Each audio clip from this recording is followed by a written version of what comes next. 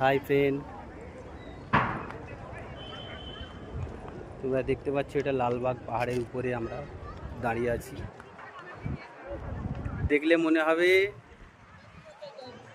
বালি ঢেউ নামছে পাহাড় থেকে,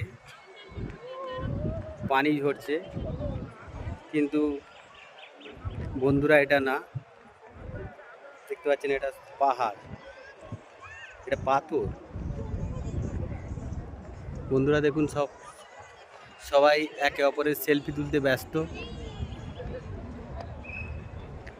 সকলে সেলফির মধ্যে মগ্ন হয়ে রয়েছে। এই সেলফি মানুষের জীবনে বিপদ ডেকে আনছে। দর্শক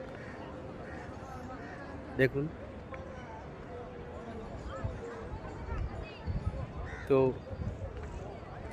বন্ধুরা কেমন লাগছে আপনারা কমেন্ট করে জানাবেন।